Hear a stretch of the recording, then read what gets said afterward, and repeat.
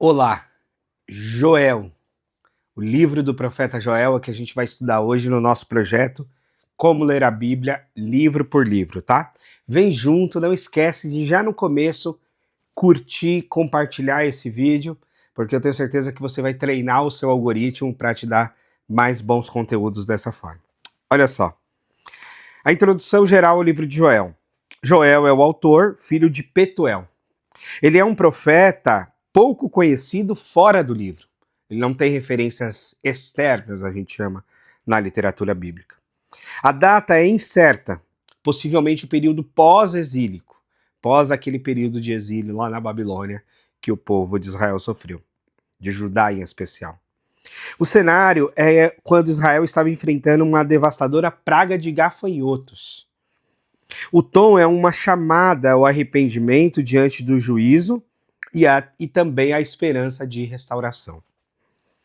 Bom, qual é a estrutura presente no livro de Joel? Um livro pequeno, está dentre o que a gente chama de profetas menores. A primeira parte, o capítulo 1, é a praga de gafanhotos.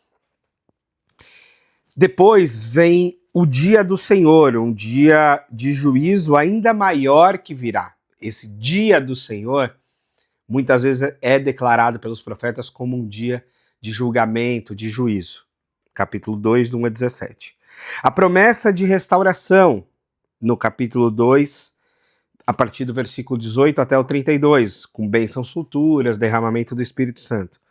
E também o juízo sobre as nações e a salvação de Israel, no capítulo 3. Bom, quais são os temas centrais? O dia do Senhor, um juízo iminente e definitivo, um chamado ao arrependimento, conversão verdadeira, de coração, não apenas de exterior, não apenas aparente. O Deus é soberano sobre a história e a criação, então essa afirmação da soberania de Deus é muito relevante no livro. A restauração e esperança, abundância de justiça, abundância, né, prosperidade, então, justiça e salvação. Então, há uma esperança, há uma perspectiva de futuro pós-arrependimento.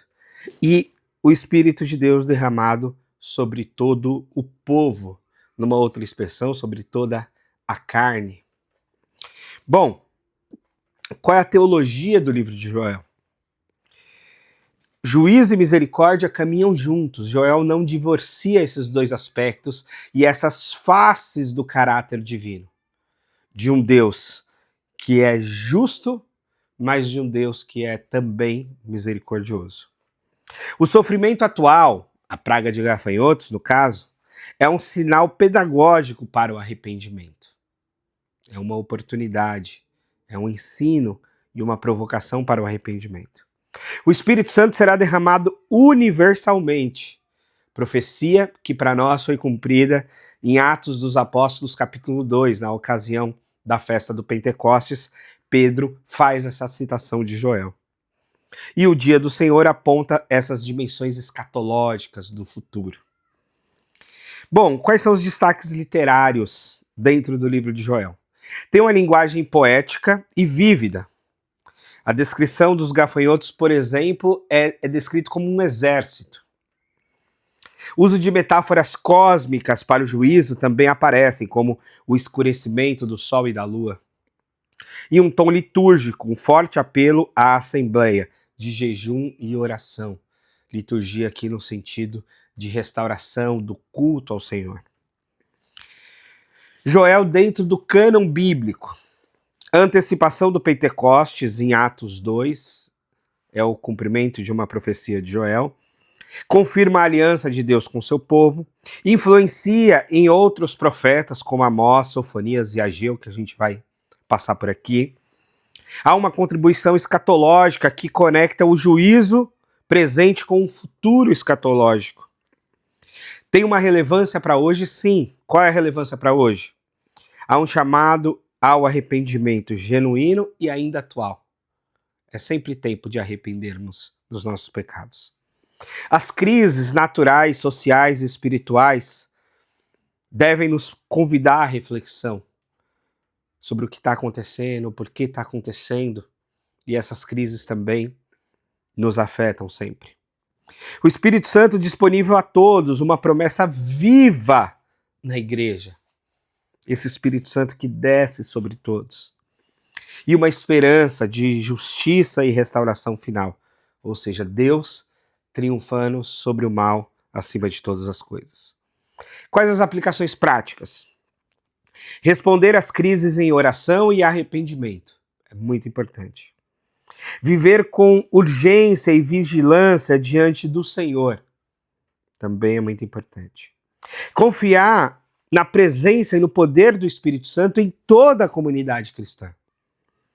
E esperar a restauração final sem perder a esperança no presente.